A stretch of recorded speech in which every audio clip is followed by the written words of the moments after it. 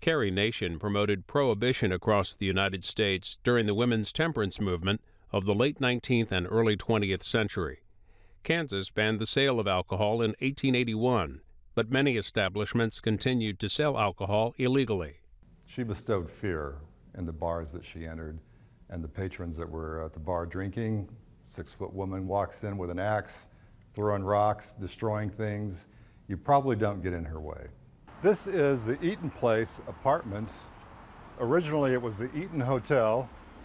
Before that it was the Carrie Hotel, where the infamous Carrie Nation destroyed the bar on her crusade against prohibition here in Kansas. December 26, 1900, she entered the Carrie Hotel bar. She sang songs, said prayers, grabbed her axe, and began smashing the bar, destroying the bottles of booze, and damaged the lovely painting of Cleopatra that hung behind the bar. It all started in 1854 when Carrie was born, about 150 years ago. And in about 1900, when she was in her late 40s by then, moved to Medicine Lodge, Kansas. In Medicine Lodge, she joined the temperance group, ladies who were in support of prohibition. 1881, Kansas was in prohibition. The nation didn't enter prohibition until much later, after the turn of the century, if you can imagine that. By 1900, she set her sights on Wichita. And oddly enough, she was only in Wichita a month, but it was a very exciting month. Wichita was presumably a high target-rich area for bars and for boozers in her eyes. Good population, and they had a newspaper. The bar was in operation during Prohibition, and as most bars during Prohibition were located in basements of buildings.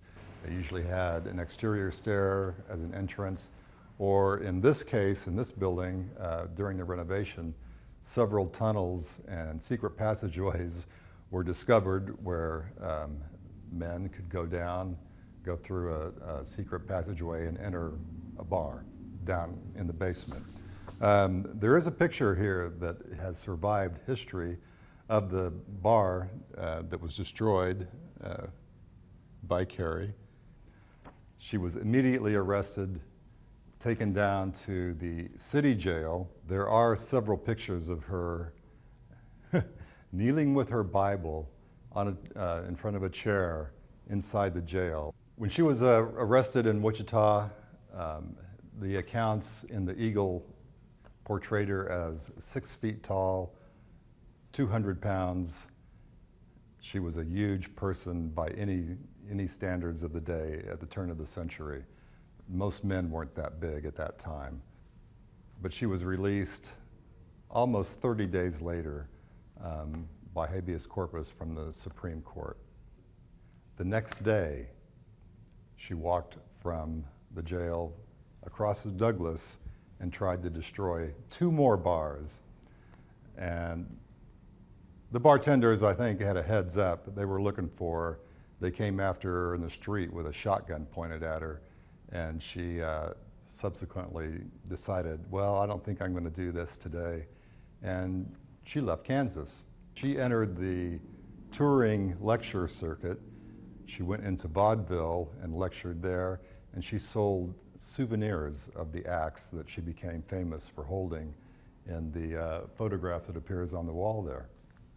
In about 1901, her second husband, David Nation, divorced her, claiming desertion because at that time, of course, she was traveling all over destroying bars.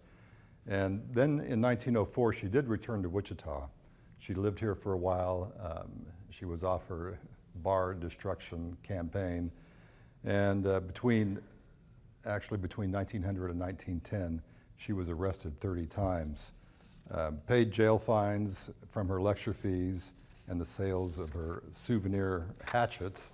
After leaving Wichita, Carrie shortly thereafter moved to Leavenworth, Kansas, where she died on June 9th, 1911.